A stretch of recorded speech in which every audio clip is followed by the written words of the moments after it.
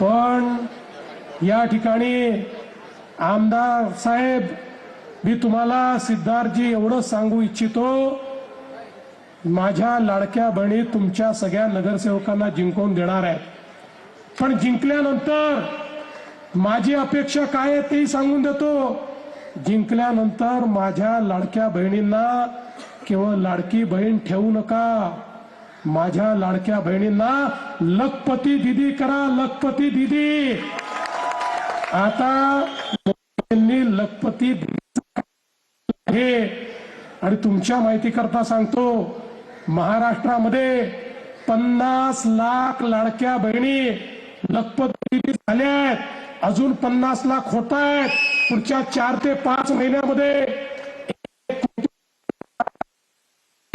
या केवळ 1500 रुपयेवाल्या लाडक्या बहिणी राहणार नाही, वर्षाला 1 लाख रुपये कमवणाऱ्या लखपती दीदी होणार आहेत. आणि म्हणून निवडून तर तुम्ही येणार आहात, महापौरी बसणार आहे, पण पुढच्या वेळी मी तुमच्या मतदारसंघात आलो तर सिद्धार्थ भाऊ तुम्हाला आणि या नगरसेवकांना रस्त्याची कामं वगैरे मी विचारणार नाही, तिथं तुम्ही करताच.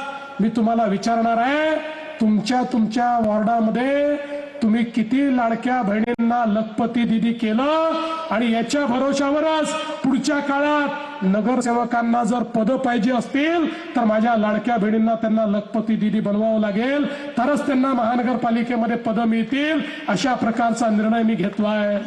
आणि म्हणून बंधू भगिनींनो, मी या निमित्ताने तुम्हाला एवढंच सांगण्याकरता आलो आहे, आम्ही तुमच्या आहोत. केंद्रात आपलं सरकार आहे, राज्यात आपलं सरकार आहे, महानगरपालिकेतही आपलंच सरकार आणायचं आहे. आणि म्हणून काय करायचं माहितीये, 15 तारखेला सकाळी उठायचं आणि उठण्याकरता घड्याळीचा अलार्म लावायचा. कुठला? घड्याळीचा अलार्म लावायचा, आणि अलार्म वाजला की घड्याळ बंद करायचं, अलार्म बंद करायचा, ते घड्याळ घरीच ठेवायचं.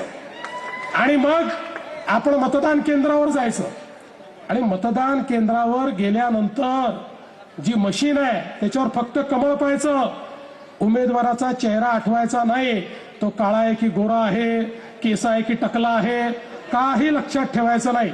एकच गोष्ट लक्षात ठेवायची, कमळ कमळ कमळ, एकच गोष्ट लक्षात ठेवायची.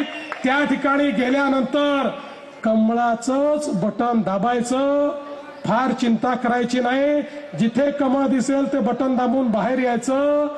15 तारखेला तुम्ही कमळाची काळजी घेतली, 16 तारखेपासून 5 वर्ष तुमची काळजी आम्ही घेऊ, हा विश्वास तुम्हाला देतो. आणि माझं बोलणं संपवतो. धन्यवाद.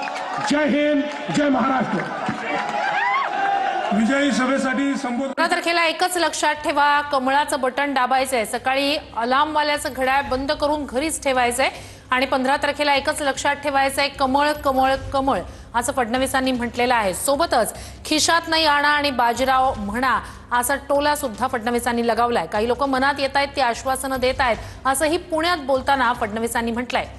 तर सकाळी अलार्मवाल्याचं घड्याळ बंद करून घरीच ठेवायचंय, आणि 15 तारखेला एकच लक्षात ठेवायचंय, कमळ कमळ कमळ, असं मुख्यमंत्री फडणवीसांनी पुण्यातल्या जनतेला, मतदारांना